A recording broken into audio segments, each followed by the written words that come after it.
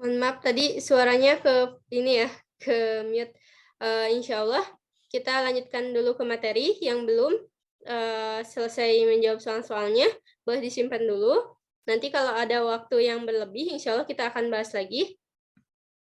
Oke. Oke, makasih. Ini siapa yang jawab lagi?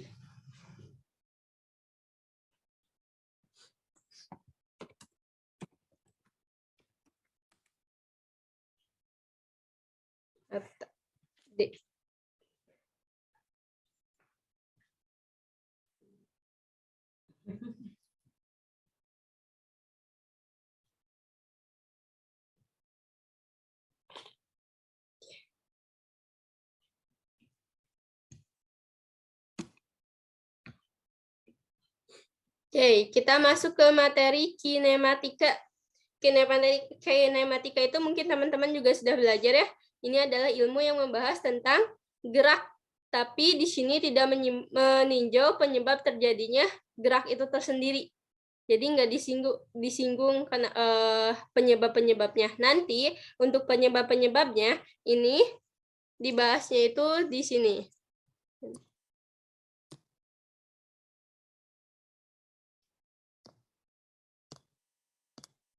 Nah, untuk penyebab-penyebabnya nanti bakal dibahas di bab dinamika.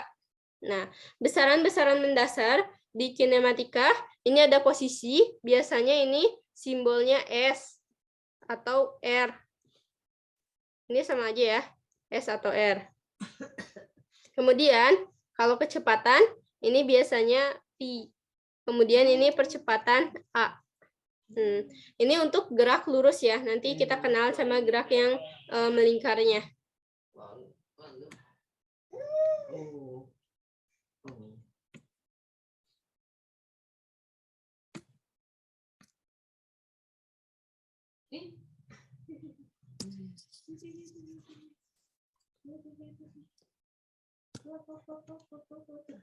Nah, ini di gerak lurus. Jadi gerak itu ada yang geraknya lurus, ada yang geraknya melingkar.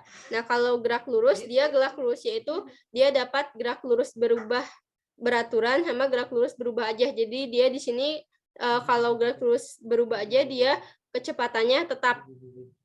Nah, kalau kecepatannya tetap, percepatannya berarti 0 ya. Nah, kalau misalnya yang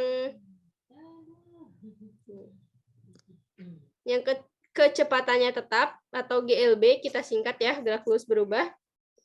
Ini kecepatannya tetap, berarti percepatannya 0. Kemudian ingat ya, kemarin di turunan. Turunan itu kalau tetap kan V-nya dia konstanta ya.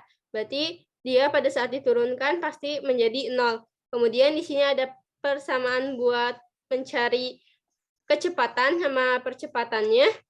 Ini kecepatan sama dengan S per T, jarak per waktu. Kemudian untuk S-nya, ini tinggal S0 ditambah PT.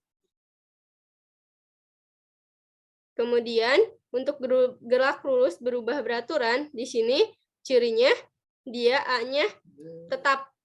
Tapi kecepatannya berarti dia berubah, tapi berubahnya itu beraturan. Namanya juga GLBB, gerak lurus berubah beraturan. Yang berubahnya kecepatannya. Nah, di sini kecepatannya itu bisa dipercepat, bisa juga dia diperlambat. Nah, untuk persamaan-persamaannya, nah ini teman-teman bisa pakai ini untuk yang dipercepat. V-nya V0 ditambah A kali T. A-nya percepatan, V0-nya kecepatan awal ya. Kemudian S jaraknya ya, V0 kali T sama ditambah setengah A kali T kuadrat. Kemudian ini V-nya. Kalau untuk yang diperlambat, ini bedanya, ini kan di positif ya, V0 ditambah. Kalau ini dia dikurang. Ingatnya karena diperlambat berarti dia jadi melambat ya, darinya kecepatannya tadinya 50, kemudian berkurang jadi misalnya 45, berkurang lagi jadi 30, kemudian berkurang lagi, terus saja berkurang, tapi dia beraturan. Jadi ini harus dikurangi secara logikanya ya. Kemudian untuk contohnya kalau GLBB yang dipercepat ini jatuh bebas. Contohnya apel yang jatuh. Apel yang jatuh, nah itu biasanya semakin ke bawah itu semakin cepat kan ya. Tek tek tek langsung kecepatannya itu bertambah. Nah, ini untuk rumus-rumusnya ya.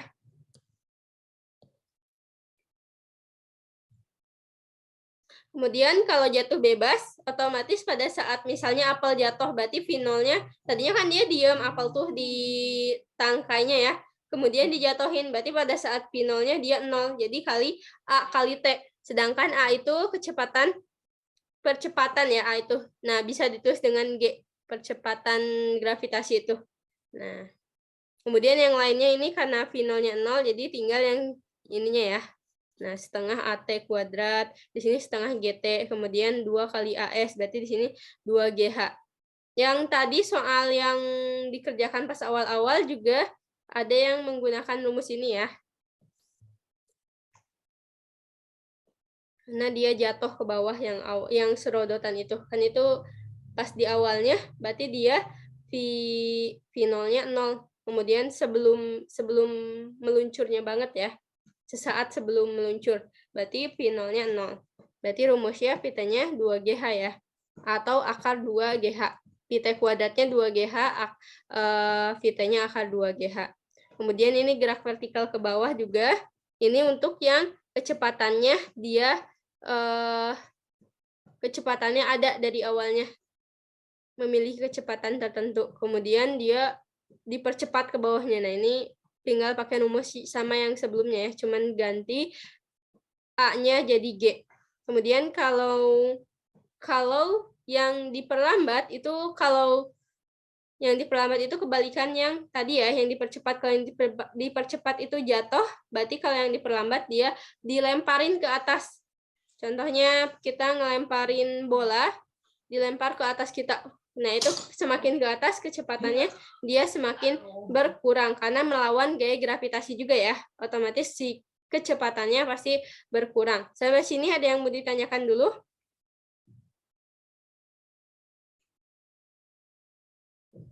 Atap bisa diikutin?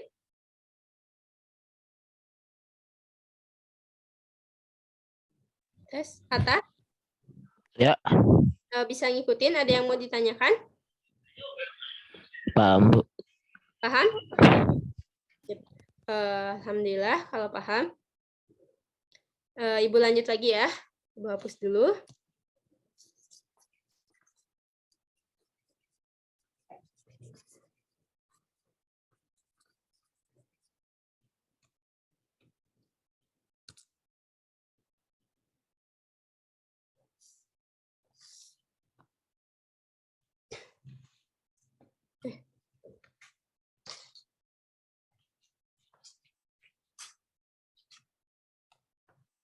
Oke, sekarang tadi kan gerak lurus ya. Sekarang geraknya melingkar. Karena kebanyakan objek-objek astronomi itu dia pergerakannya melingkar. Tapi sebelum melingkar memang kita harus menguasai konsep yang gerak lurus juga dulu ya.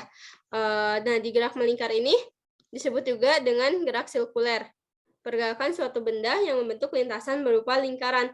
Karena kebanyakan objek-objek astronomi di luar angkasa orbitnya kita anggap lingkaran, walaupun pada dasarnya orbitnya itu berbentuk elips atau punya kelonjongan, tapi kita kalau misalnya pada perhitungan, kalau misalnya eksentrisitasnya atau kelonjongannya dia sangat kecil, biasanya diasumsikan bahwa orbitnya lingkaran. Makanya kita pelajari tentang gerak lingkaran.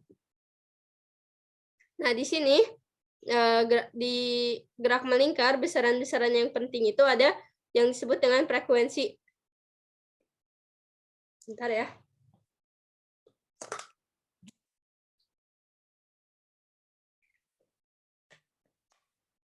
Ini untuk frekuensi ini banyak putaran yang dihasilkan setiap 1 detik.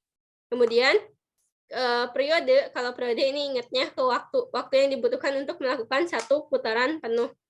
Kalau frekuensi banyaknya, kalau periode ini waktu yang dibutuhkannya. Kemudian ada yang disebut dengan kecepatan linear atau kecepatan tangensial. Tangensial itu tegak lurus ya, berarti hubungan panjang lintasan linear yang harus ditempuh benda dengan setiap selang waktu tempuhnya. Biasanya kecepatan tangan sial itu yang tegak lurus ya. Kemudian ini kecepatan sudut. Ini percepatan sudut, laju perubahan kecepatan sudut terhadap waktu.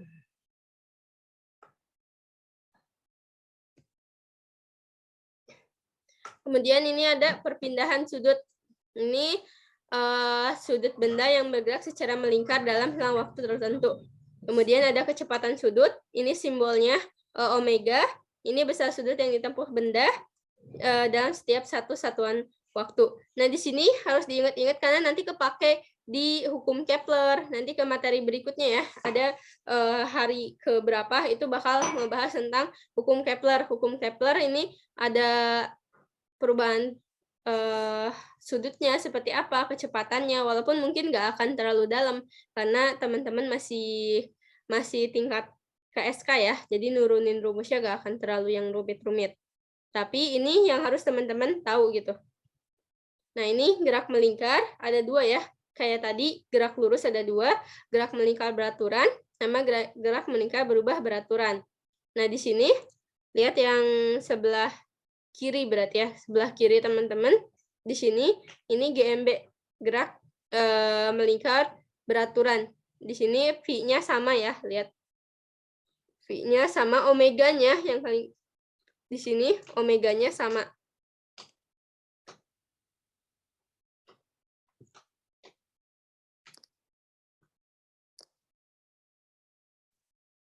Nih, omeganya ini sama. Jadi kecepatan sudutnya sama. Sehingga di sini sama semua ya V-nya. Kecepatan linearnya atau kecepatan tangan sial nih. Ini kecepatan linear tangan sial ya. Dia tegak lurus.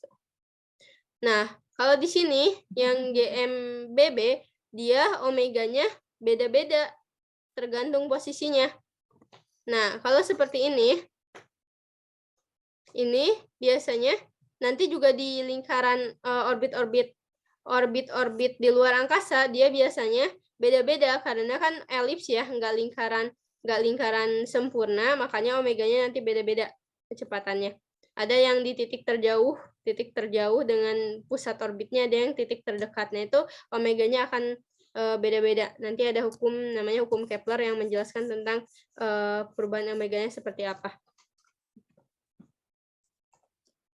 Kita lanjut dulu. Bentar.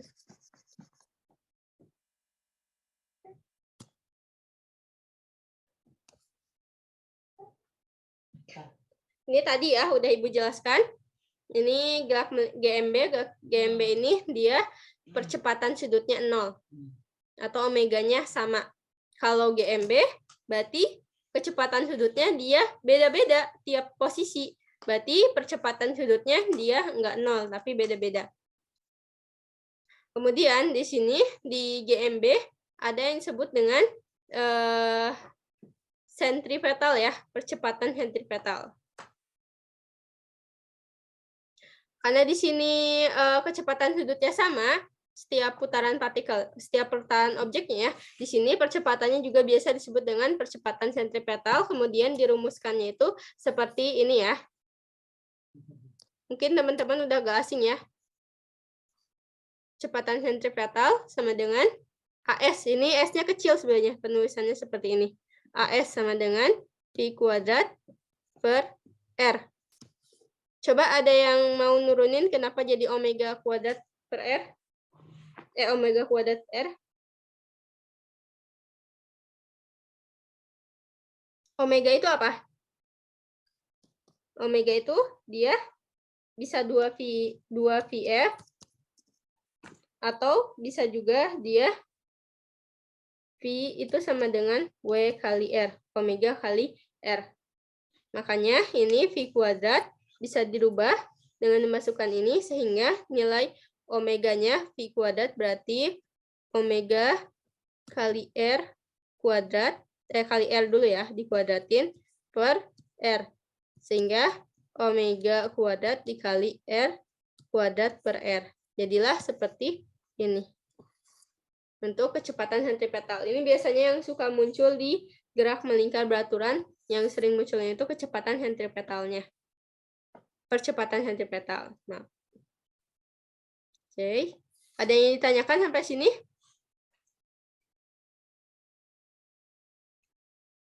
Ada yang mau ditanyakan? Syafiq? Sudah paham? Cukup. Oke, cukup. Kita lanjutkan. Hapus dulu.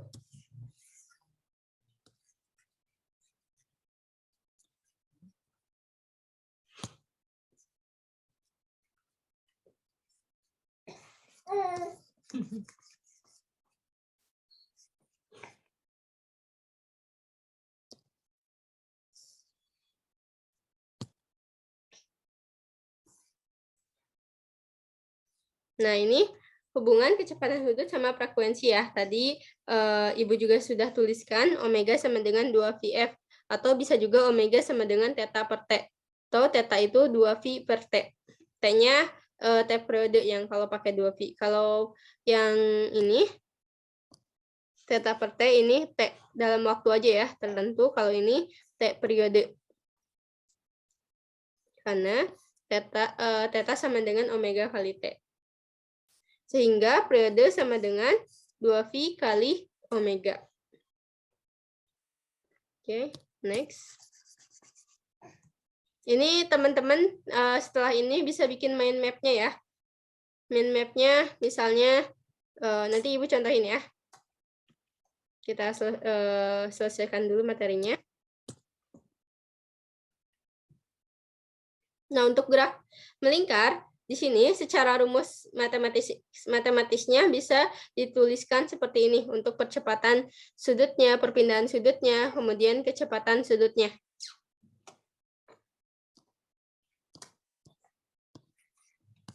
Nah, hampir mirip-mirip kayak tadi. Kalau gerak lurus berubah berat, gerak lurus GMB ya. Iya GMB. GLB. Hampir mirip-mirip ya rumus-rumusnya. Cuman kita ganti ini V-nya jadi omega, ini jadi omega, ini jadi omega. Jadi nggak terlalu pusing untuk ngafalnya ya, atau mengingatnya.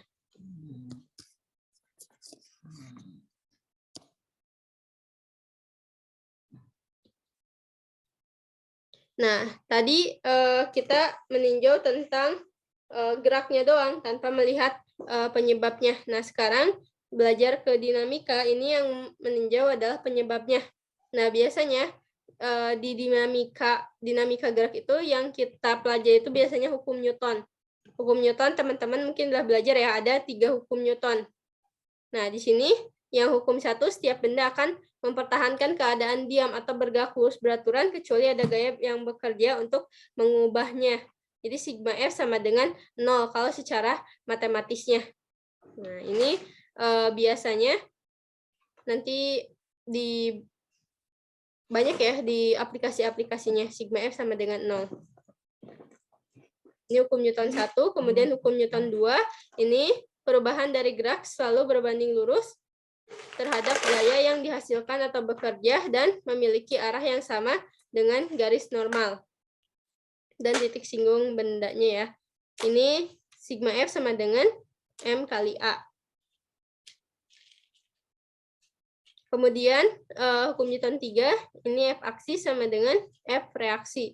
Jadi kalau misalnya kita nonjok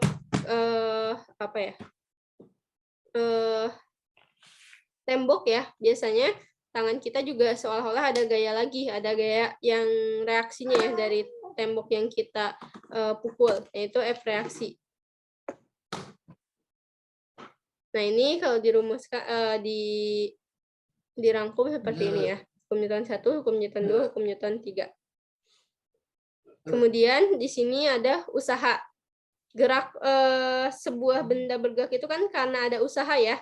Usaha itu didefinisikan sebagai perkalian skalar antara gaya dan perpindahan. Nanti diingat-ingat lagi apa perbedaannya perkalian skalar sama perkalian skalar sama cross. Nah, di sini karena dia vektor, ini perkalian skalar, nanti dicek lagi di matematikanya. Ini usaha itu simbolnya W sama dengan F dot, ini perkalian skalar ya, dot S Tapi vektor dua-duanya, kalau misalnya kita ingin ngambil skalarnya doang, ini Fx, F kali S kali cos alfa. Ini cos alfa yang dibentuknya. Misalnya ini gaya yang ngedorong meja ini ya, atau narik lah, yang narik meja ini. Ini ada tetanya dengan si pusat ini. Nah, ini alfanya.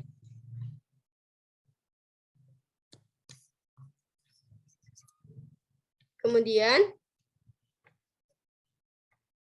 next lagi. Ini ada energi. Karena si benda itu bergerak, salah satunya karena dia memiliki energi ya. Si energi potensial, energi kinetiknya. Nah, di sini ada energi. Energi ini adalah kemampuan untuk melakukan usaha. Energi dapat berubah dari satu bentuk ke bentuk yang lain, tapi si energi ini nggak bisa dimusnahkan atau energi ini kekal. Kemudian di sini ada energi kinetik. Energi kinetik rumusnya EK sama dengan setengah MP kuadrat. Kemudian pada saat benda nih diam tapi memiliki ketinggian tertentu, dia memiliki energi potensial. Atau misalnya kalau di orbit-orbitnya astronomi karena lingkaran, dia posisinya kan bukan ketinggian, tapi dia biasanya jari-jari. Misalnya bumi punya jarak R, sejauh R dari matahari pada saat posisi tertentu ya. Nah, untuk energi potensialnya ini bisa ditulis GMM per R.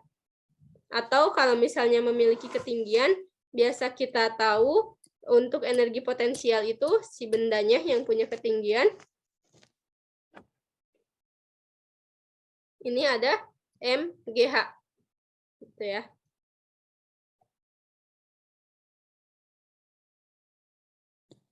Oke, kita lanjut lagi. Nah, ini hubungan antara usaha dan energi. W sama dengan delta energi potensial atau delta energi kinetik. Nah, kemudian ke kecepatan orbit, ini udah tadi sebenarnya ya.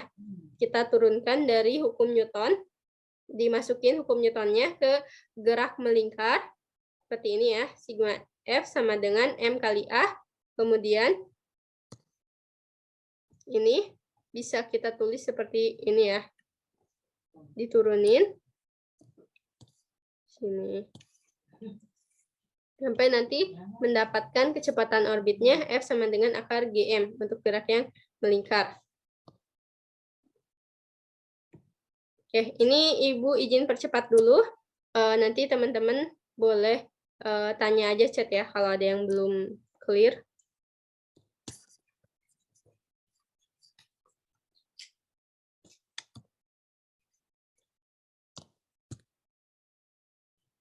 Kemudian, nah kalau misalnya orbitnya yang tadi itu lingkaran, yang rumus yang ini. Nah ini V sama dengan akar GM. Ini untuk kecepatan lingkaran. Tapi kalau misalnya orbit-orbitnya dia elips, seperti di luar angkasa, itu gimana? Nah ini V kuadrat sama dengan GM kali 2 per V kuadrat sama dengan GM di dalam kurung 2 per R dikurangi 1 per A-nya. A-nya itu sumbu semi mayor. Jadi kalau misalnya kita ditanya, kalau misalnya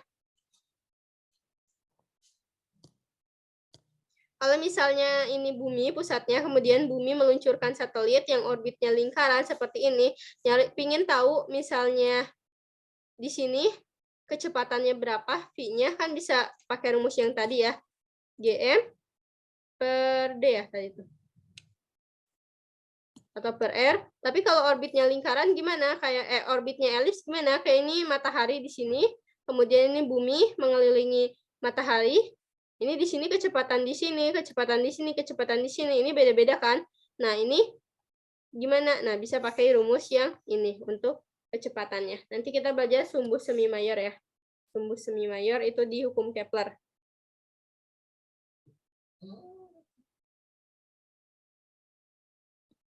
Gua habis dulu ya.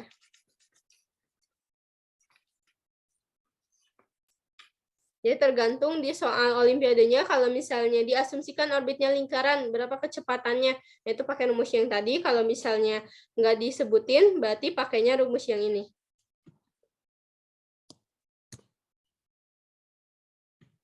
Kemudian ini kecepatan lepas. Kecepatan lepas ini hampir sama ya kayak kecepatan tadi. Ini biasanya kecepatan lepas itu misalnya pada saat ini bumi meluncurkan satelit nih. Satelit. Kemudian si satelitnya itu pingin dipindahin orbitnya. Berarti kecepatan lepas dari orbit yang ini bisa dihitung menggunakan rumus ini. Akar 2 GM per D. Jadi minimalnya buat kecepatan lepasnya segini. D-nya berarti jaraknya ya. Jadi kecepatan lepas di titik ini berapa? Di titik A misalnya. Berapa? Bisa pakai rumus ini. Kemudian, nah, selesai ya. Sebentar.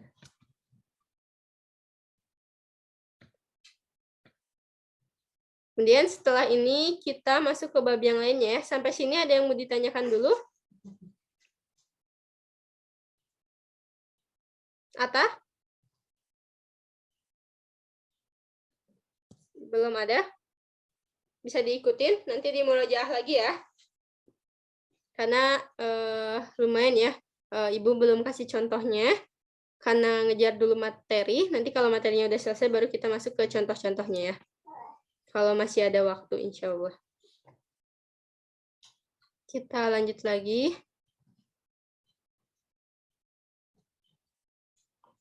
Oke. Sebentar. Ini stop share-nya di mana ya? Nah, nanti PowerPoint-nya kakak masukin ke G Drive. Untuk G Drive-nya nanti bisa teman-teman lihat ya, pelajari lagi. Kemudian ada rekamannya juga. Kemudian kita masuk ke materi berikutnya.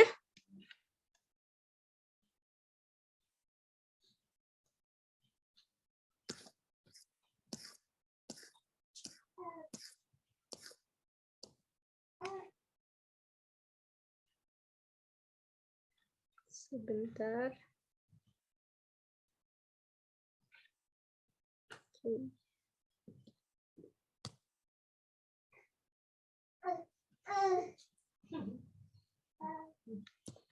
Kita masuk ke materi yang baru. Kita masuk ke teori kinetik gas.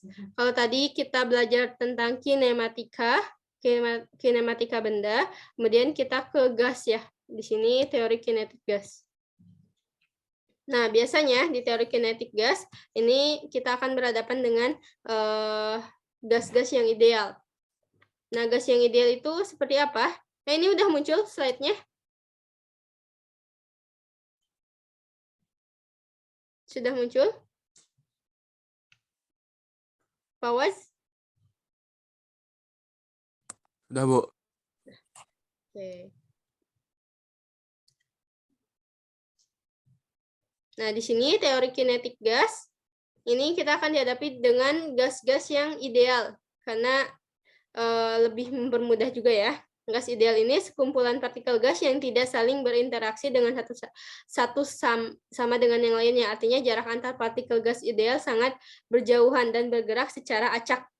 Adapun sifat-sifat gas idealnya seperti ini, partikelnya berjumlah banyak, kemudian tidak ada interaksi antar partikel atau tidak ada gaya tarik-menarik antar partikelnya, walaupun pada kenyataannya ada ya, namun kecil ya, atau bisa kita abaikan.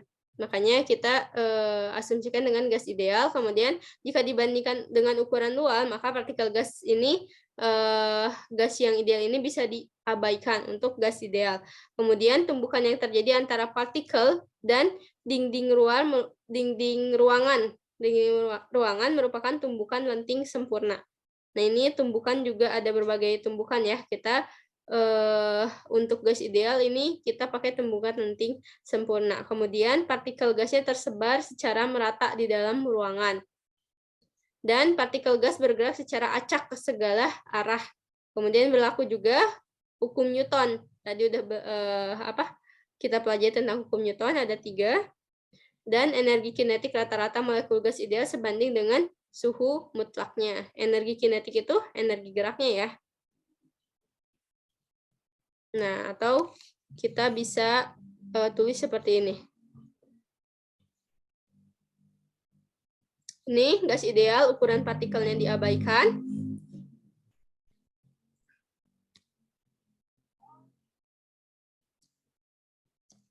Ukuran partikelnya diabaikan, kemudian partikelnya tersebar merata, kemudian tidak ada interaksi antar partikel. Ini berlaku hukum Newton. Kemudian di sini ada konstanta ketetapan K sama R. Kita lanjut dulu.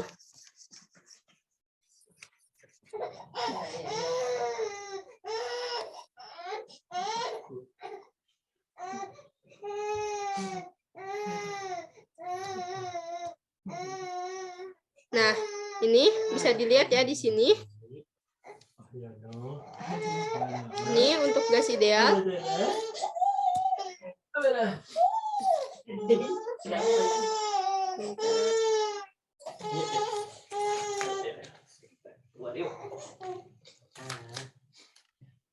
Nah, ini untuk gas ideal, ini ada dua sudut pandang ya, ada sudut pandang secara makroskopis sama ada sudut pandang secara mikroskopis. Kalau secara makroskopis ini kayak tadi ada ruangan misalnya disemprotin gas. Nah, ini ruangannya, ini misalnya ruangan kelas. Kalau secara makroskopis kita ngelihat ya ini ya seperti ruangan besar ini, kemudian ada partikel-partikel kecil. Tapi kalau misalnya kalau secara mikroskopis ini kita harus tinjau si satu persatu partikelnya gitu, satu persatu partikel dari gas itu.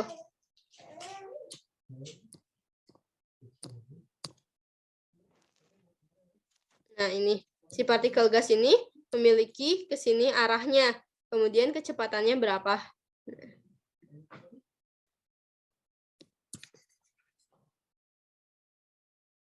Kemudian kita next. Nah, kalau pada kasus makroskopis, sifat gasnya kita tidak terlalu hiraukan ya, atau kita bisa abaikan. Kita bisa gunakan rumus di bawah ini untuk melihat keseluruhannya aja. Dilihatnya itu bukan satu-satu per partikel, tapi ya udah volume si ruangannya itu berapa gitu. Terus temperatur di situ gimana, terus tekanannya itu bagaimana. Nah, ini udah familiar sekali, VV sama dengan NRT, VV NRT. Sedangkan kalau mikroskopis, sifat gasnya itu perlu diperhatikan kecepatannya itu seperti apa gitu, kecepatan dari partikelnya. Ini energi kinetiknya kita bisa tulis seperti ini. Setengah mv kuadrat sama dengan 3/2 kT. Nah, ini ada penurunannya ya sebenarnya. Tapi nggak apa-apa, teman-teman ikutin dulu aja.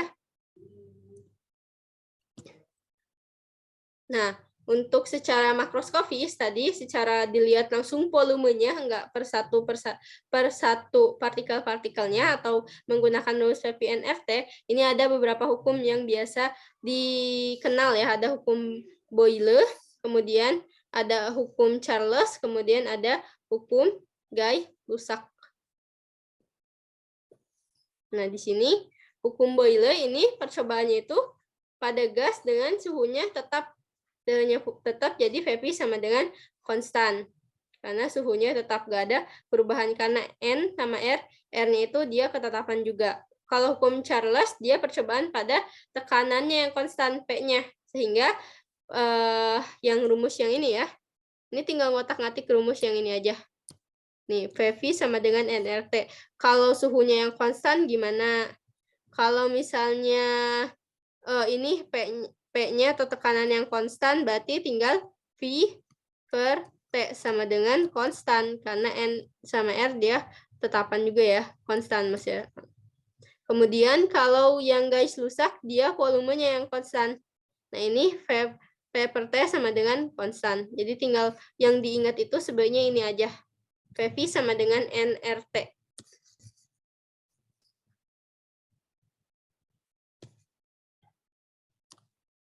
Kemudian, next.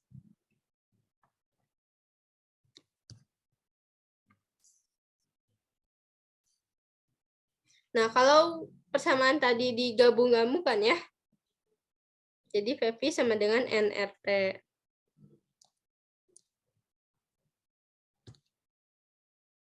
Nah, ini untuk definisi P itu apa? V, T, sama N. Hati-hati untuk di astronomi itu satuan-satuannya. T-nya jangan pakai derajat Celcius. Kalau misalnya di dalam soal derajat Celcius, berarti kita harus rubah dulu ke Kelvin.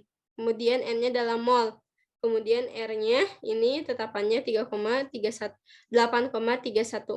Nah, mungkin sampai situ dulu untuk teori energi kinetik gas, teori kinetik gas, kemudian kita masuk ke energi kinetik gasnya. Energinya kayak gimana? Nah, ini kecepatan gas idealnya ya, kecepatan gas ideal. Di sini kecepatan efektifnya sama dengan akar dari 3 kT atau VRMS-nya ini bisa ditulis seperti ini ya, dengan hubungan VV sama dengan nRT. Ini bisa dimasukkan. Yes. Ini VV nRT masukkan ke sini. Nanti kita bakal bisa mengubah rumusnya jadi VRMS-nya 3 RT per MR atau rumus rho sama dengan, ini otak-atik rumus aja ya, rho sama dengan M per V. Nanti kita dapetin VRMS-nya 3P per rho. Nah, ini teman-teman yang harus tahu ya. Lumayan udah banyak ya, berapa banyak rumusnya. Oh ya, sebelum semakin jauh, sebentar. Selesai dulu deh ini. Untuk energi kinetik gasnya, EK-nya setengah MV kuadrat. Kalau misalnya energi kinetik pada umumnya. Tapi kalau misalnya untuk kecepatan efektif gas, dimasukin substitusi tadi kita dapat 3/4 kT. Nah, ini di mana? Ini tinggal otak-atik aja ya. Oke, sampai sini dulu teori kinetik gas. Nah, sebelum ke situ, Ibu ingin menyampaikan dulu ini. Nanti kan ada G-Drive yang dikasih ya. Nanti Ibu ingin minta teman-teman di sini bikin mind map. Karena kan materi fisika ini, fisika astronomi, fisika dasar nih ya, ini agak lumayan banyak. Nanti teman-teman bikin ini ya, bikin mind map. Kayak tadi materi yang pertama itu kinematika. Nah, seperti ini. Seperti ini, kemudian nanti ditulisin rumus-rumusnya itu apa aja di sini. Di sini, apa aja sih yang ada di kinematika, kemudian di dinamika.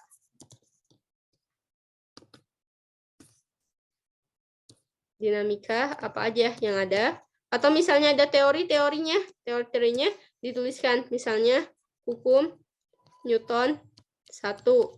Ini apa bunyinya, rumusnya apa, kemudian hukum Newton 2.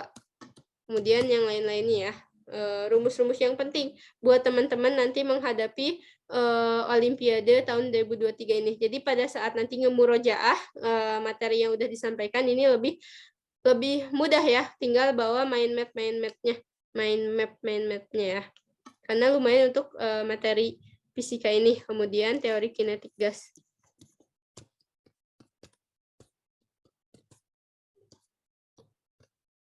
Nah, ini misalnya PV nRT. Ini definisinya apa aja. Kemudian energi kinetiknya. Kinetik seperti apa. Kemudian yang lain-lainnya ya. Oke? Itu ya. Nanti di-upload materi yang teman-teman bikin minggu depan ya. Untuk minggu depan, jadi PR-nya memurojaah rumus-rumus yang Ibu kasih hari ini. Oke. Kita lanjut lagi ke materi berikutnya.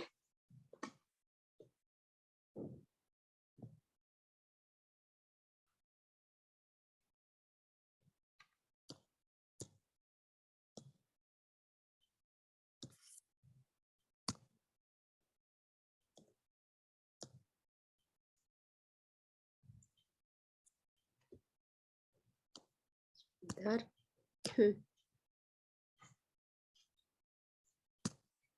Ini mana nih?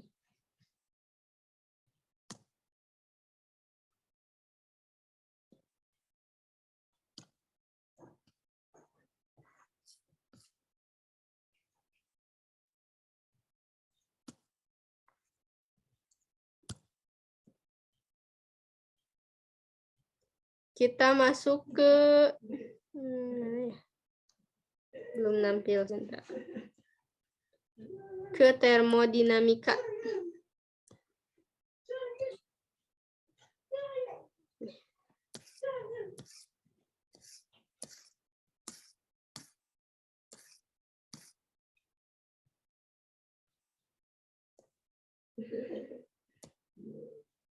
Oke, kita ke bab termodinamika.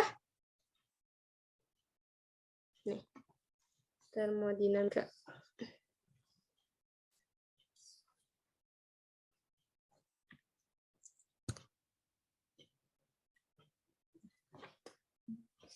Nih, kalau dari segi bahasa, termodinamika berasal dari dua kata termos dan dynamic. Kemudian di sini termos artinya panas, dynamic artinya dinamis atau perubahan. Jadi perubahan panas sebenarnya di sini. Hubungan antara perubahan panas. Jadi di sini ilmu termodinamika mempelajari tentang usaha untuk mengubah kalor menjadi energi.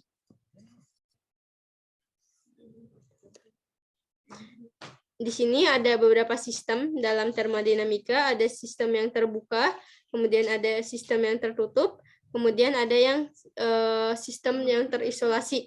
Kemudian untuk sistem yang terbuka ini biasanya ada transfer kalor ya, transfer panas. Tapi di sini juga di sini untuk sistem terbuka ada juga transfer materi. Materinya ada yang ditransfer dari sistem ke lingkungan. Jadi si sistem itu dia yang ininya ya, yang sistemnya yang menjadi fokus pengamatannya. Kalau lingkungan itu yang ada di sekitar si sistem itu. Nah, kalau sistemnya tertutup, ini ada transfer panas tapi tidak ada transfer materi. Karena nggak ada materi yang dilepasin. Beda kalau sistem terbuka ada uap itu kan H2O ya, itu materi H2O yang dilepasin dari sistem ke lingkungan. Kalau yang isolasi ini kayak termos, ini nggak ada transfer panas ataupun transfer massa. Ini hukum termodinamika. Ada hukum awal atau zero atau hukum nol. Menyatakan bahwa dua sistem dalam keadaan setimbang dengan sistem ketiganya, maka sistem ketiga tersebut dalam keadaan yang setimbang juga satu sama lain. Nah, contohnya ini contohnya itu yang pakai hukum nol itu ini adalah termometer. Termometer itu kan sistem ketiga ya. Misalnya kita mengukur ada ruangan, lingkungan, kemudian alat-alat di situ misalnya misalnya mengukur suhu dari tertentu ya. Kemudian ada sistem yang ketiga di termometer itu. Di sini. Jika dua sistem memiliki kesetimbangan, contohnya air di rumah yang udah setimbang, artinya antara si suhu ruang sama airnya itu sama, kemudian si termometer dicelupin ke si air, karena antara si air sama si lingkungannya itu suhunya udah sama, udah setimbang, pada saat termometer dicelupin, berarti si termometer itu akan menunjukkan suhu yang sama antara air, lingkungan, sama si termometer itu. Di sistem ketiganya akan mempunyai kesetimbangan termal yang sama juga. Beda kalau misalnya air panas atau badan suhu tubuh kita yang panas. Suhu tubuh kita yang panas misalnya diukur sama termometer, karena nggak ada kesetimbangan di antara lingkungan sama air panas itu beda, nggak setimbang, beda suhunya, maka pasti pas dicelupin ke air panas beda dengan suhu ruangan yang di situ. Kemudian ini hukum termodinamika 1. Ini disebut dengan hukum kekekalan energi. Ini menyatakan bahwa energi tidak dapat diciptakan maupun dimusnahkan. Ini untuk bunyinya ya. Dan hanya bisa diubah dalam bentuk energinya saja. Atau kalau ditulis dalam rumusnya, delta U sama dengan Q per W, di mana U itu adalah perubahan energi, Q-nya itu kalor, W-nya itu kerja. Nah, ini di sini. Misalnya dalam sebuah tertutup, perubahan energi dalam sistem tersebut sama dengan banyaknya kalor yang masuk dikurangi dengan usaha yang dilakukan sistem tersebut. Karena kan sistemnya untuk sistem yang tertutup ya. Ini kalau misalnya delta U-nya positif, berarti itu mengalami kenaikan suhunya dan bertanda negatif jika sistemnya mengalami penurunan untuk delta U-nya. Kemudian Q-nya bertanda positif jika dia menyerap kalor, karena kan bertambah Q-nya, kalor panasnya ya. Karena Q itu kalor, dia pasti positif kalau dia nyerap, tapi dia pasti negatif kalau dia melepaskan kalor. W-nya dia akan bertanda positif jika melakukan usaha. Tapi W-nya atau usaha sistem itu dia akan bernilai negatif jika menerima usaha. Nah, ini sama aja ya kayak tadi. Nah, untuk sistem yang terisolasi, Q-nya itu pasti 0, W-nya 0, sehingga tidak akan ada perubahan energi dalam sistem tersebut. Atau delta U-nya ya, tidak ada perubahan energi dalam dalamnya. Nah, ini hukum termodinamika yang ketiga. Masih kedua ya yang ini. Oh, yang kedua, tadi ke satu ya, sekarang kedua. Ini entropi. Entropi itu adalah besaran yang menggambarkan tingkat keacakan sistem. Contohnya nih, kalau ada kebakaran rumah, orang-orang itu berkocar-kacir kemana-mana. Berarti tingkat keacakannya itu besar sekali ya. Kalau besar sekali, berarti entropinya itu di situ dia sangat besar sekali. Nah, ini contohnya.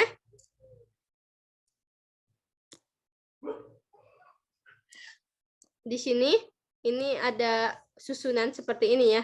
Ini susunannya rapih kayak PBBAB. Kalau PBBAB berarti tingkat entropinya dia kecil. Tapi kalau misalnya lalu lalang di pasar itu entropinya besar. Orang tuh acak random, ada yang bergerak ke sana, bergerak ke sini, nggak rapih, nggak beres ya. Nah, ini kalau seperti ini di sini entropinya kecil. Ini tidak acak, kemudian tidak homogen, kemudian entropinya kecil. Kemudian kalau misalnya ini acak, kemudian homogen, kemudian entropinya besar.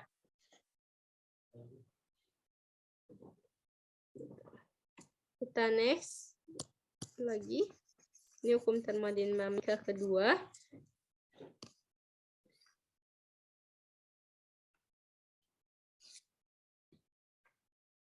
Nah, dalam termodinamika, ketika ada perubahan suhu, sistem akan selalu menuju suhu yang homogen, yang keseimbangannya menuju ke keseimbangan termal. Kayak apa? Kayak air panas disimpan di ruangan suhu ruang gitu. Biasanya dia menuju ke keseimbangan termal ya. Suhunya si air panasnya itu dia jadi ngikut gitu, lebih ngikut ke ruangan itu, suhu ruangan. Kalau lama-kelamaan.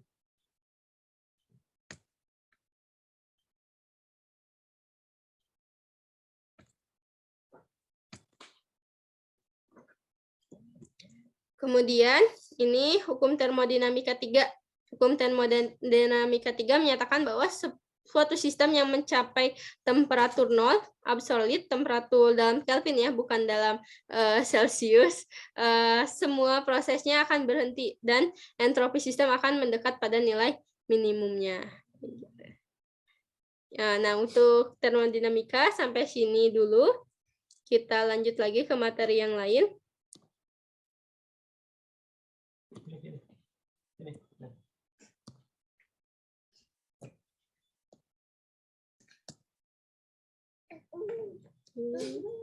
Materi selanjutnya kita ke optik. Ada lumayan ya. ada beberapa materi lagi yang harus disampaikan ke optik. Sebentar, Ibu siapin dulu PowerPoint-nya.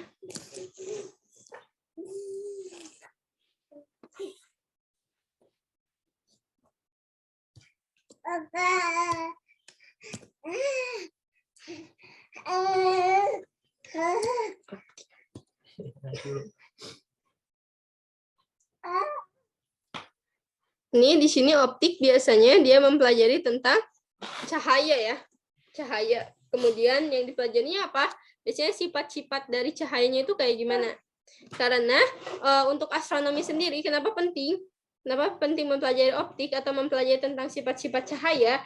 Karena kebanyakan kita akan mengamati atau berhadapannya itu dengan cahaya dari bintang-bintang itu. Karena nggak mungkin kita datang ke matahari terus ditimbang gitu. Matahari itu panasnya berapa? Nggak mungkin, tapi kita hanya mempelajari tentang cahaya yang sampai yang ada di buminya. Karena kalau ke mataharinya langsung langsung bakal gosong ya. Terus ngitung umurnya bintang itu kita dari cahaya-cahaya pengamatan melalui alat optik. Alat optiknya itu apa? Salah satunya adalah teleskop. Teleskop itu menggunakan sistem-sistem yang berhubungan dengan optik ya, alat-alatnya itu. Lensa objektif, lensa okuler itu berhubungan dengan optik ya. Nah, di sini ada optika, cabang ilmu fisika yang mempelajari tentang cahaya. Kemudian cahaya sendiri ada energi radiasi dalam bentuk gelombang elektromagnetik yang dapat dideteksi oleh mata kita. Atau kalau di astronomi dideteksi juga oleh teleskop untuk alat pengamatannya. Selain bersifat gelombang, cahaya juga dapat bersifat seperti partikel atau dualisme gelombang ya. Nanti kita belajar itu ya. Kita pelajari dulu optiknya. Di sini ada sifat-sifat gelombang cahaya. Ini gelombang cahaya, dia merambat lurus ya. Gelombang cahaya itu seperti ini center. Pada saat kita nyalakan, maka dia merambatnya itu secara lurus cahayanya itu. Kemudian cahaya itu dapat dipantulkan atau refleksi ya. Refleksi contohnya ini ada gambar ya, kita berkaca. Kemudian dapat dibiaskan refleksi. Nah, seperti ini ya. Pada saat ada pensil dimasukkan ke dalam air, ini ada pembiasan atau pembelokan ya. Jadi kayak di sini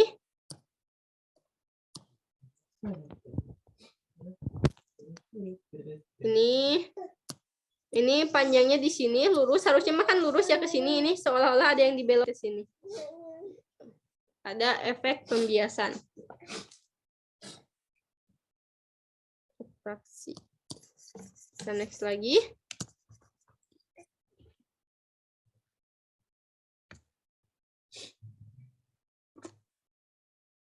Ke selanjutnya, ini dapat diuraikan cahaya itu ya. Ini dapat diuraikan atau disebut dengan dispersi.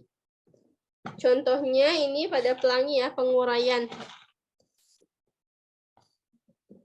Terurainya atau terpisahnya cahaya putih atau cahaya polikromatik menjadi cahaya monokromatik dengan panjang gelombang yang berbeda-beda. Mejiku hibinio biasanya ya.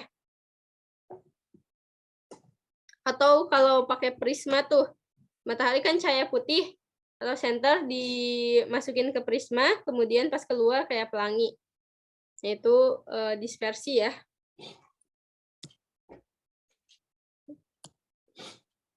Lanjut lagi. Kemudian dapat diserap atau absorpsi.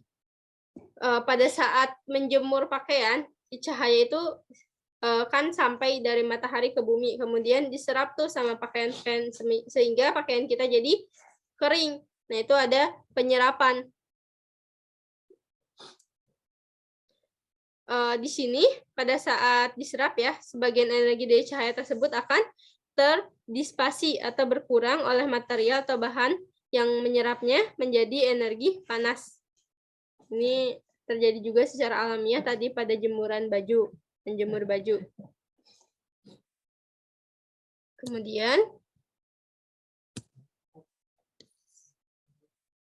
Next lagi.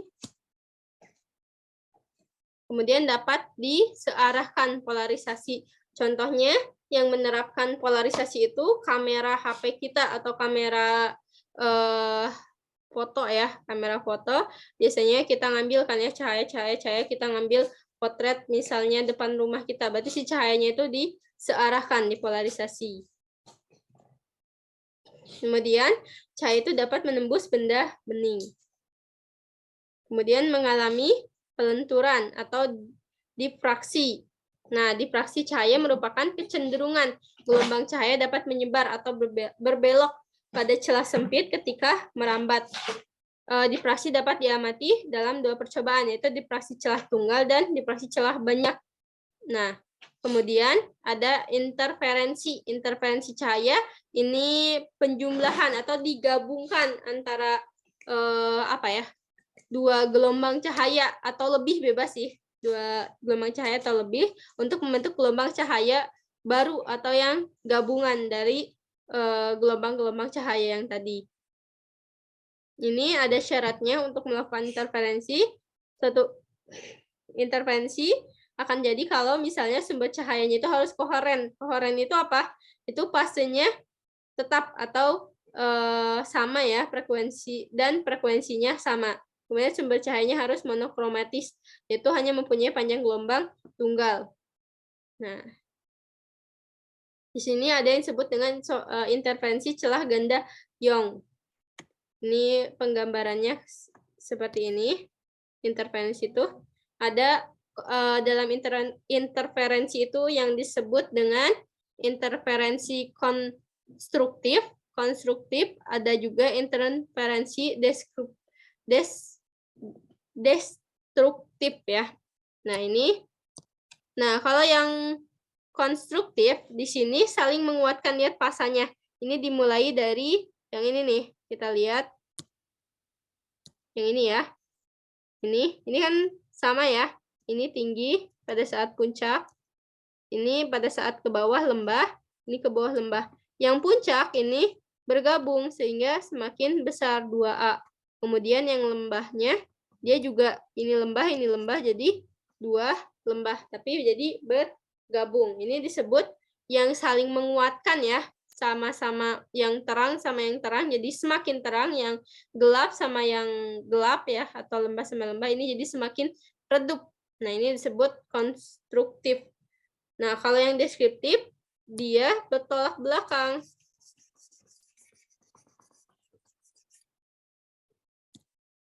Jadi yang puncaknya ketemu bukit nih. Ini puncak ketemu sama bukit. Karena puncak ketemu sama bukit, maka saling menghilangkan. Nah, itu disebut dengan interferensi destruktif. Jadi 2 gelombang berlawanan fase. Istilahnya ya, nama istilahnya. Nah, ini untuk eksperimen skema Young tadi. Nah, pada saat ini ada 2 gelombang cahaya ya.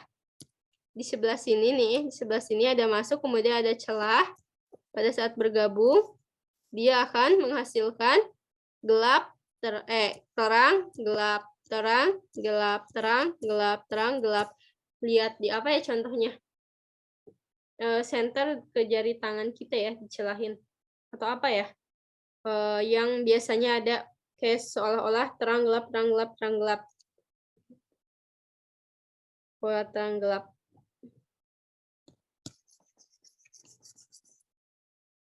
Kemudian, ini untuk rumusnya. Nah, ini hati-hati kalau muncul soal interferensi cahaya, memang agak jarang sih ini muncul. Yang sering-sering tuh tadi kinematika, dinamika, itu masih sering-sering dipakai untuk aplikasinya. Karena tadi ada hukum Kepler, ada hukum Newton juga, nanti itu berhubungan juga dengan orbit. Nah, kalau misalnya terang gelap ini sebenarnya agak jarang, tapi bisa jadi muncul juga. Jadi teman-teman hati-hati sama rumus-rumus yang ini, karena lumayan ya. di sini. Ini rumus-rumusnya ya. Nanti coba teman-teman cari lebih dalam lagi tentang interferensi. Ini yang konstruktif ya. Ini yang konstruktifnya. Untuk yang terangnya, dia D-nya jarak antar celah. Ini kan rumusnya D sin theta sama dengan M lambda.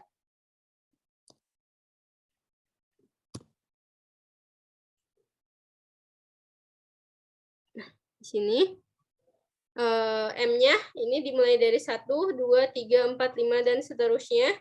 Kemudian untuk yang pola terangnya ini D sin theta sama dengan M lambda. Kalau yang M atau N ya, kadang di rumus yang lain di buku-buku M, N, bukan M. Tapi ini orde interferensinya, ordenya mau ke yang keberapa. Kemudian lambda kita tahu panjang gelombangnya. Kemudian P-nya jarak antara garis terang sama atau garis gelap ke N. Dari pusat. Kemudian L-nya itu jarak antara celah ke layar. Ini jarang sekali sih muncul ya.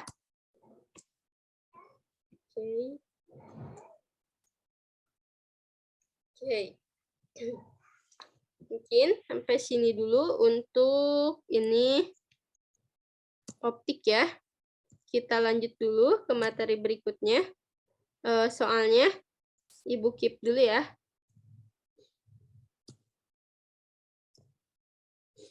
Bentar.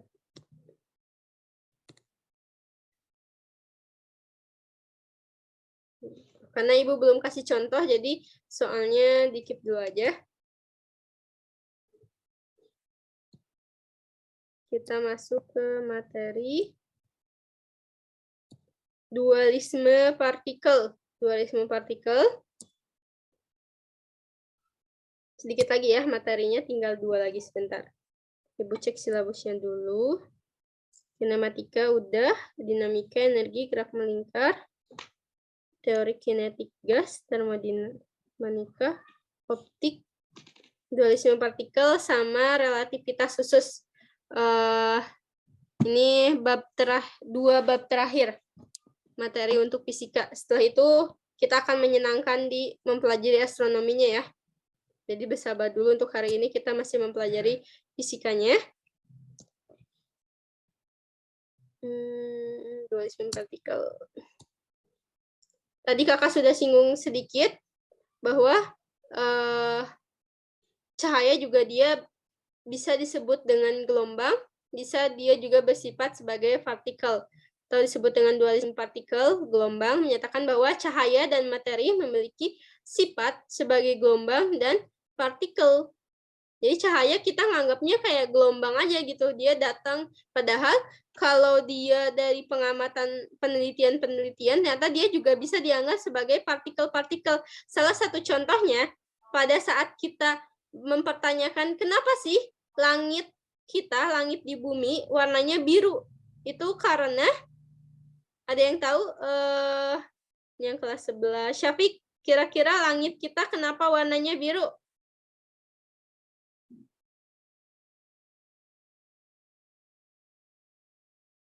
Syafiq,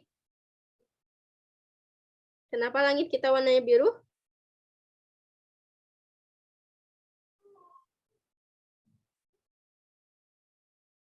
Tes Syafiq ada di situ? Kalau belum tahu, jawab aja ya, belum tahu. Syafiq?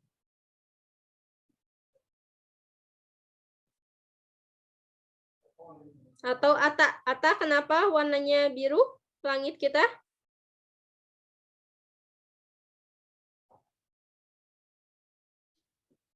Ata? Kenapa langit kita warnanya biru? Langit bumi?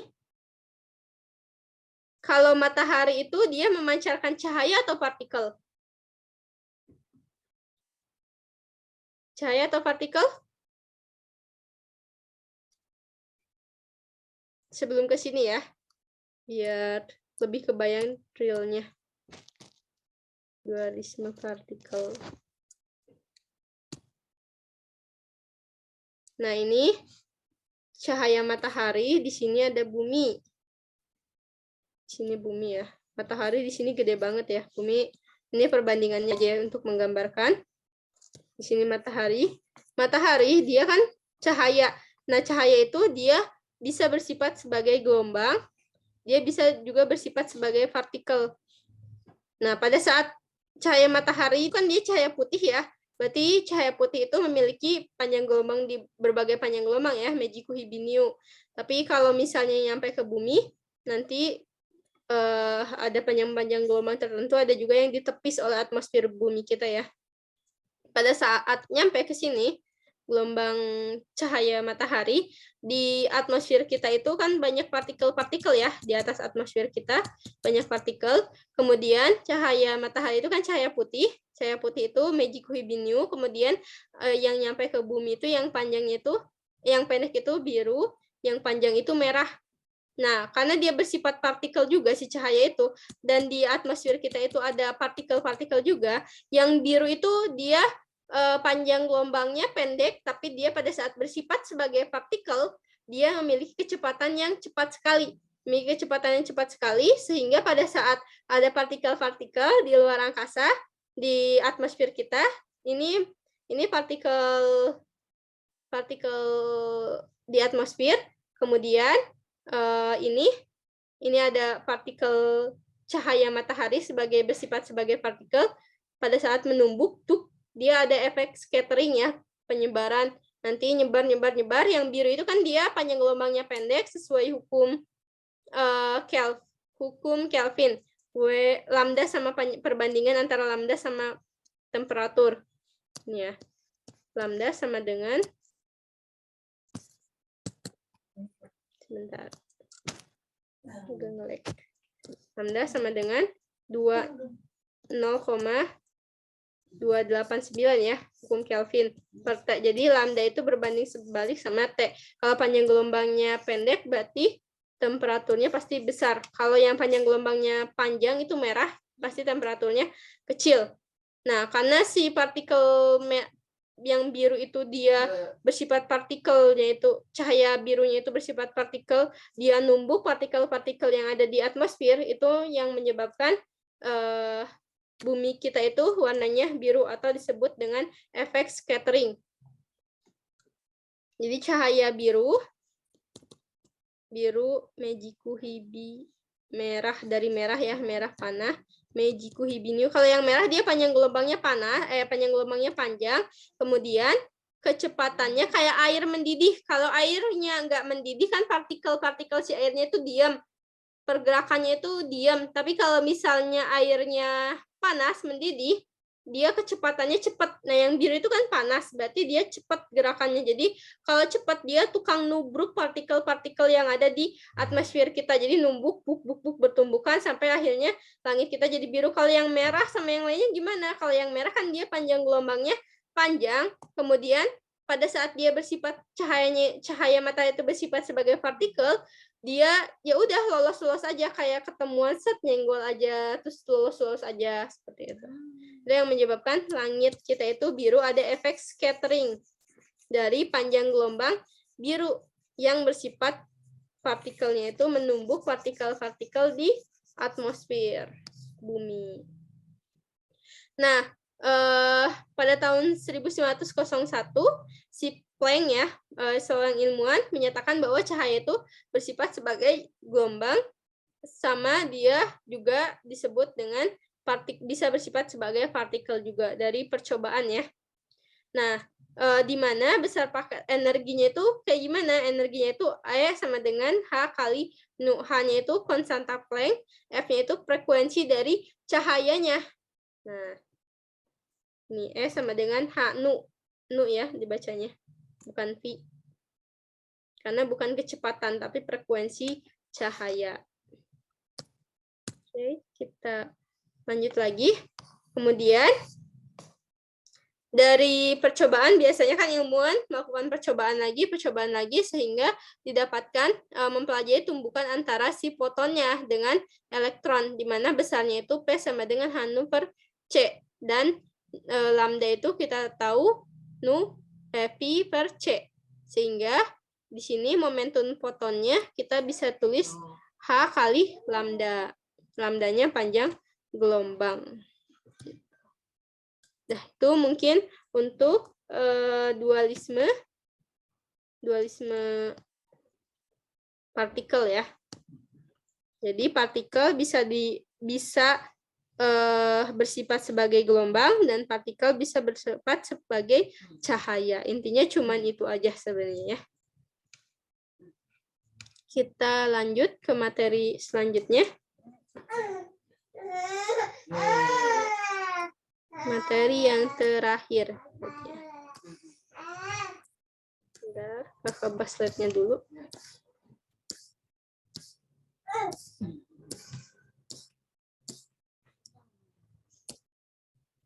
Yang terakhir ini akan membahas relativitas khusus ya.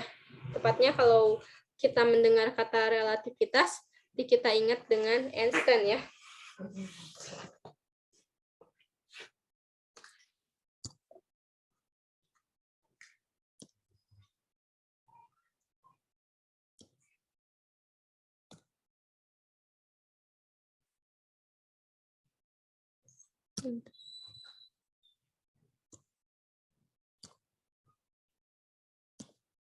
Kakak share materi terakhir mana ya? Ini. Relativitas khusus. Sebentar ya.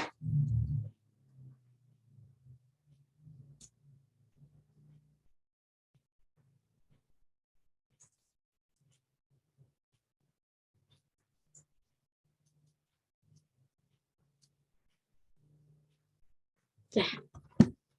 Kita lanjut materi terakhir.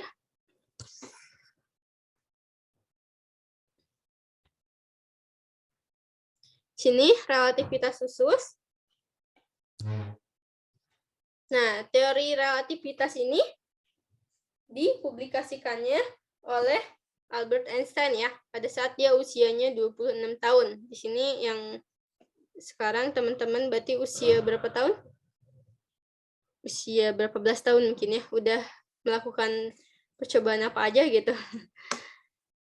Nah, di sini Einstein memang masih belia ya, berarti umurnya di sini. Tapi kita tahu kalau misalnya ulama-ulama pada zaman dahulu ya, itu Masya Allah ya, memiliki karya-karyanya di usia jauh lebih muda gitu. Nah, ini Einstein mempublikasikan tentang relativitas khusus. Kemudian satu dekade berikutnya Einstein mempublikasikan postulatnya itu relativitas umum. Nah, kita bahasnya adalah relativitas khusus. Nah, ini teori ini dikatakan khusus karena hanya berlaku untuk kerangka acuan inersial. Apa itu kerangka acuan inersial? Kerangka acuan yang bergerak dengan kecepatan konstan terhadap kerangka acuan lainnya. Teori relativitas khusus ini terdiri dari dua postulat. Yang pertama, hukum-hukum fisika memiliki bentuk yang sama pada semua kerangka acuan yang bergerak dengan kecepatan tetap, kerangka acuan inersial. Nah, misalnya nih, ini buat yang postulat yang pertama, misalnya Atta sedang berada di peron stasiun kereta, sedangkan misalnya Syafiq dia berada di dalam kereta melaju dengan yang kereta itu memiliki kecepatan 80 km per jam. Nah, menurut Atta Syafiq yang menurut tadi tuh siapa yang di dalam kereta? Misalnya tadi Syafiq ya di luar kereta. Bentar, kalau tulis biar gak pusing.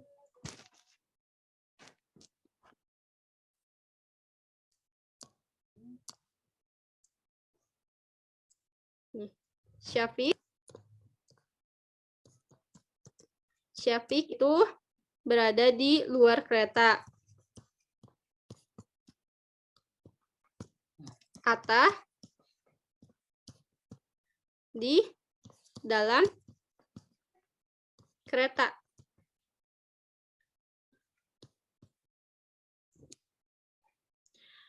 Menurut Syafiq kan di luar kereta. Syafiq pada saat ngelihat Atta di dalam kereta, Syafiq itu berpendapat bahwa Atta itu bergerak gitu. Atta sedang bergerak. Tapi menurut Atta sendiri yang berada di dalam kereta, Atta itu dia ya diem, karena Atta itu diem aja gitu di dalam kereta itu. Sedangkan yang melaju itu adalah keretanya dengan 80 km per jam. Gitu. Jadi di sini ada sesuatu relatif ya, relatif tergantung mana nih? Tergantung Syafiq, tergantung Atta gitu. Kalau tergantung Syafiq berarti Atta bergerak, tapi kalau kata Atta nggak bergerak, Atta mah diem aja gitu. Karena nggak ngapa-ngapain di dalam kereta itu. Bukan nggak ngapa-ngapain, maksudnya nggak lagi duduk misalnya, berarti nggak ada kecepatannya gitu. Sedangkan yang bergerak itu adalah keretanya. Tapi kalau misalnya untuk Atta, seolah-olah si Syafiq yang bergerak, karena si Attanya diam, kemudian Syafiqnya jadi bergerak ya, seolah-olah pergi. Gitu. Nah, itu relatif. Nah, makanya disebut dengan relativitas. Relatif gitu. Kayak inilah simpelnya, kayak yang suka main game misalnya. Yang suka main game, serasa 2 jam itu terasanya itu bentar banget gitu. Tapi kalau misalnya nggak suka main game, ngelihat yang main game nungguin, lama banget gitu. Nah, itu relatif. 2 jam yang itu tuh relatif si yang main gamenya atau yang nungguin gamenya. Beda gitu. Menurut pandangannya ya. Relatif. Nah, kita lanjutin lagi.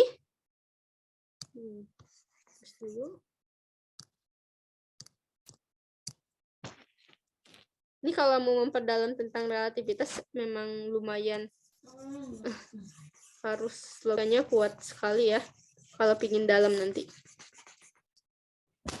Karena di mata kuliah ITB, kuliah astronomi, fisika ya, ada relativitas itu dahsyat sekali ya mata pelajarannya. Orang-orang yang pintar biasanya yang mengambil.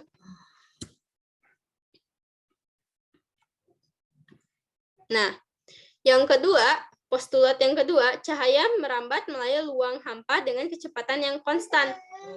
Yang nilainya itu C sama dengan, ini pembulatan ya, 3 dikali 10 pangkat 8 meter per sekon. Atau sebenarnya saya 2,9 sekian ya. Dan kelajuan cahaya tidak bergantung pada kelajuan sumber cahaya manapun. Kelajuan pengamatnya. Ini tentang cahaya. Nah, ini tadi jika ada 2 orang pengamat mengamati suatu peristiwa, yang satu diam dan yang satu lagi bergerak terhadap peristiwa itu, maka persamaan ruang dan waktunya tidak akan sama pada relativitas khusus atau mengandung suatu pengali yang disebut dengan tetapan transformasi Lorentz. Itu namanya dengan simbolnya seperti ini ya, yang ada di slide Ibu ya, yang tunjukin itu simbolnya. Nah, di mana tetapan Lorentz ini, tetapan transformasi Lorentz ini, kalau dituliskan, ini rumusnya 1 akar ya, akar 1 per 1 ditambah V kuadrat per C kuadrat.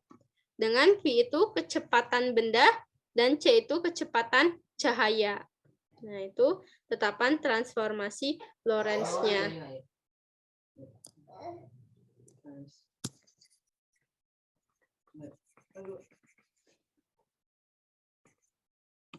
Kemudian, next lagi. Nah, dengan menggunakan teori relativitas khusus, kita juga dapat menghitung kecepatan relativistisnya. Misalnya, pada peristiwa kamu diam di peron stasiun dengan teman-teman yang berada di dalam kereta api. Maka teman kamu yang berada di dalam kereta api melemparkan sebuah batu A searah dengan arah kereta api. Maka kecepatan batu itu menurut kamu yang diam di peron stasiun akan mengikuti persamaan seperti ini. Jadi tadi itu Atta di dalam kereta misalnya ngelempar sesuatu, maka kecepatannya relatif ya. Kan ini di dalam stasiun, gerbong-gerbongnya ya. Gerbong-gerbongnya di sini. Misalnya di dalam stasiun ini orang ngelempar, pada saat orang yang mengamati di sini ngelihat pelemparannya dengan orang yang ngelihat di sini, pasti kecepatan pelemparannya beda dong, karena orang yang di luar ngelihat juga ada kecepatan dari si keretanya, gerbong keretanya. Kalau yang orang yang diam di sini nggak akan ada dari kecepatan si keretanya itu, gitu. Karena dia ngerasanya diam aja gitu. Nah ini rumusnya ya, bisa dilihat ya di sini. VCA kecepatan benda terhadap rangka acuannya, acuan A. Kemudian VCB kecepatan benda C terhadap rangka acuan B. Karena tadi ada yang A, ada yang B. A di kalau di soal ini di mana? A ada di kereta api melemparkan sebuah batu. Berada di dalam kereta api. Kalau yang B dengan teman. Bentar, misalnya pada peristiwa kamu berada di peron stasiun C. Ya, ada orang yang di dalam sama orang yang di luar kereta. Nah, ini bisa dirumuskan seperti ini ya.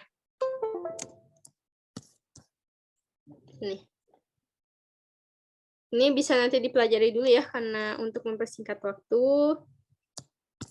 Karena belum kelatihan soalnya ya. Kemudian ini kecepatan C-nya, kecepatan cahaya 3 kali 10 pangkat 8 meter per second. Kemudian dampak lain dari teori relativitas khusus, diantaranya ada fenomena dilatasi waktu, kontraksi panjang, masa relativitas, momentum relativistis, dan energi relativistis. Nah ini dilatasi waktu, ini pembengkokan cahaya, dampak dari anggapan bahwa waktu itu tidak mutlak tetapi relatif, kayak tadi yang main game ya rasanya. Tahu orang yang tinggal di Mars sama orang yang tinggal di bulan itu ada dilatasi waktu, perbedaan gitu. Selama waktu yang diukur dengan atau oleh dua pengamat yang saling bergerak dengan kecepatan relatif akan berbeda. Dilatasi waktu dapat diukur dengan rumusnya itu yang ini ya. Teman-teman nanti bisa cari tahu lagi. Ini tetapan Lorentz ya, transformasi Lorentz dikali delta T0. Delta T0 itu waktu sejatinya. Kemudian delta T waktu relativistik ya, maaf. Kemudian ini ada kontraksi panjang. Nah, ini L ya simbolnya. Ini 1 per transformasi Lorentz dikali L0, panjang sejatinya ya. Kemudian ada massa relativistik. Ini teman-teman bisa nanti buka-buka lagi. Kemudian ini M sama dengan M0 per akar dari 1 per V kuadrat per C kuadrat, atau sama dengan tetapan Lorentz, tetapan transformasi Lorentz dikali M0-nya. Kemudian ada momentum relativistik. Momentum relativistiknya itu, ini setiap benda memiliki massa dan kecepatan pasti memiliki momentum ya, karena momentum itu sama dengan M kali V. Nah, di sini karena massanya itu tadi juga ada di sini massa relativistik, berarti di sini bisa ada juga momentum relativistiknya. Nah, ini tetapan transformasi Lorentz dikali M0-nya dikali V-nya. Ini ya. Gitu. Mungkin sampai satu lagi energi relativistik, karena tadi masanya berarti rumus massa itu merembet ya, ada perambatan, kayak kemarin ada perambatan Galat ya, ini berarti ke energi juga, energinya energi relativistik. Nah ini N0 sama dengan E0 sama dengan M0 kali C kuadrat. Berarti kalau E relatifis totalnya di sini sama dengan E kali E0. Energi total atau energi relativistik totalnya ya. Kalau E0 energi diamnya. Gitu. Sampai sini dulu. Kita coba bahas ke soalnya yang tadi ya. Yang tadi dulu sebelum pelatihan soal yang ini, bab-bab yang ini ya. Izin stop share dulu ya. Sebentar.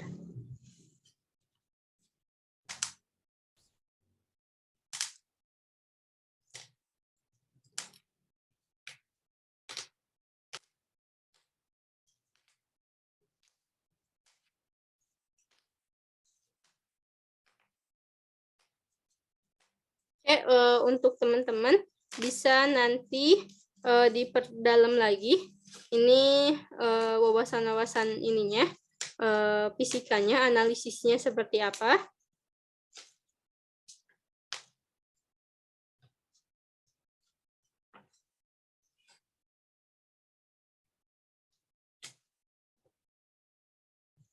Kita tadi ke soal dulu ya.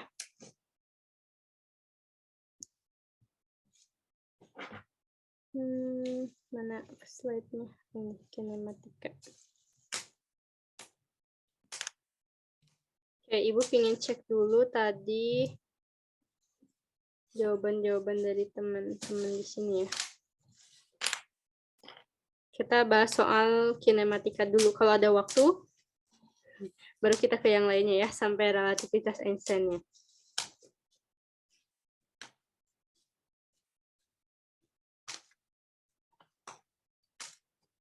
Oh iya, lupa Ibu tadi yang ini. Yang ini lupa ngasih tahu. Ini nggak ada 3M ya maksudnya.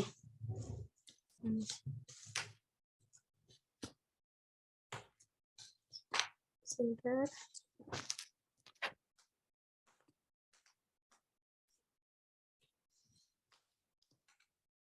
Ini nggak ada 3M ya.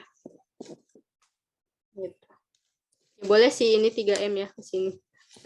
Maksudnya.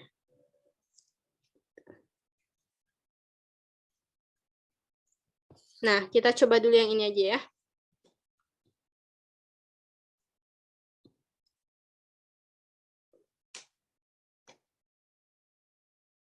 Di sini susah sebentar ya, agak macet. Bukan, agak.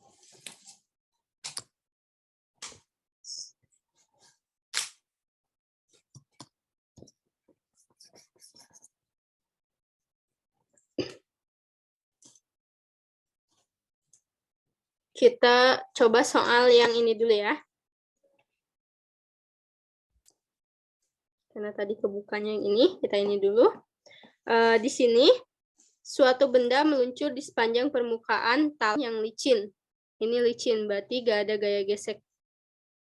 Gaya gesek seperti pada gambar. Berapakah jarak horizontal dihitung dari ujung talang ketika sampai tanah? Ini soal nomor berapa? Coba kakak pingin jawaban teman-teman apa aja. Ini soal nomor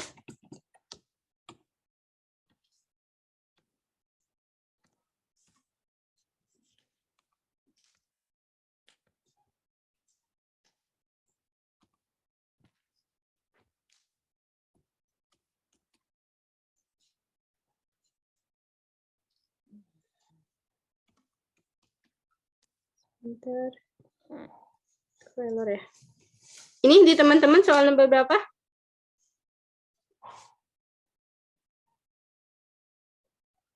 Satu. Kita stop dulu. Agak error.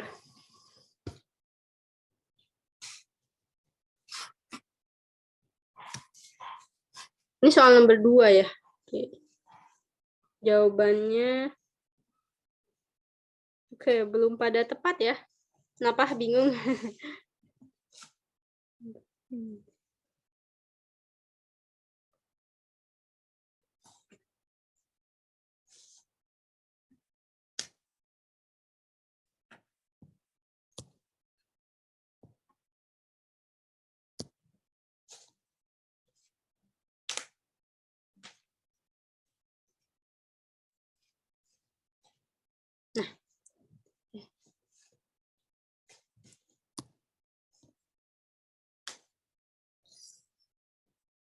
sini dulu.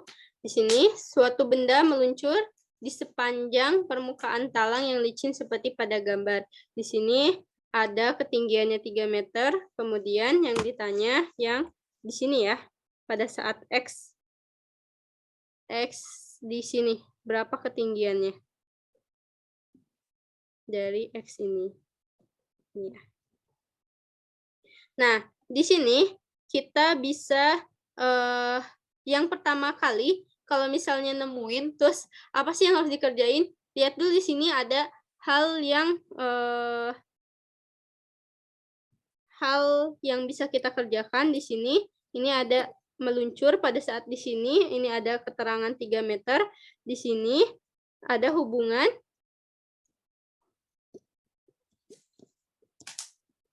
kekekalan energi mekanik.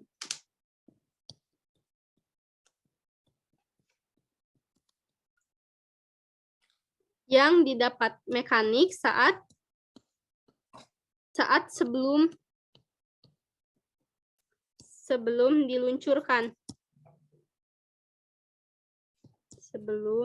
Maaf ya tulisannya diluncurkan. Kakak pakai bahasa aja ya. Ini kekekalan energi mekanik sebelum atau pada saat di sini, sebelum atau pas mau diluncurin, kita bisa tulis berarti adanya energi potensial sama dengan MGH ya. H-nya 3 meter. G-nya kita bisa anggap 10 aja ya. Kemudian sama dengan setengah MV kuadrat. Nah, kita ingin tahu V-nya berapa? V sama dengan akar dari 2GH. Nah, tinggal dimasukin akar dari 2 kali 10 kali H-nya. Berarti berapa? H-nya 3 ya.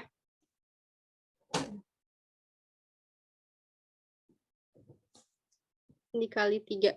Berarti V-nya berapa? Akar dari 60. Atau kalau disederhanain berarti berapa nih?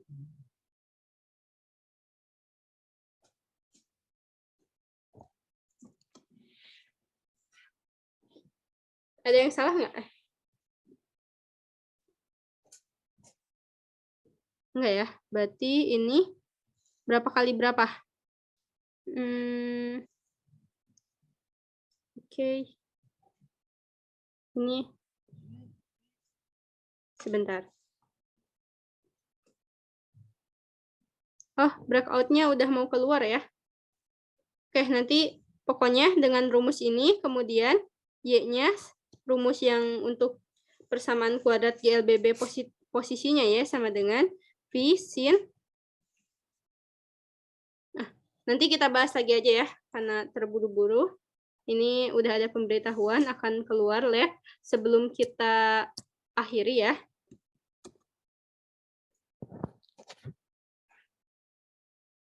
Nah, sebelum kita akhiri pembelajaran kita hari ini, kita sebentar.